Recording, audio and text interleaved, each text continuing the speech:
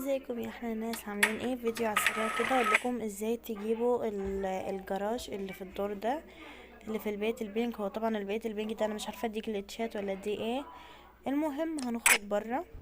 هما فتحوا فيه طبعا الدور اللي فوق والدور اللي تحت. هنضغط هنا، يعني فتحوا فيه الدور التالت وفتحوا فيه الجراج، يعني حاجه غريبه. وبس كده، لما نضغط تحت في المكان اللي انا قلتلكوا عليه ده هيجيلكوا الجراج. تعالوا بقى اقول لكم ازاي نجيب الدور التالت. قولي بس رايكم في الترتيب ده. هو انتوا تقدروا طبعا ترتبوه باي حاجه، وعارفه ان انتوا مبدعين وان شاء الله ترتبوه حلو.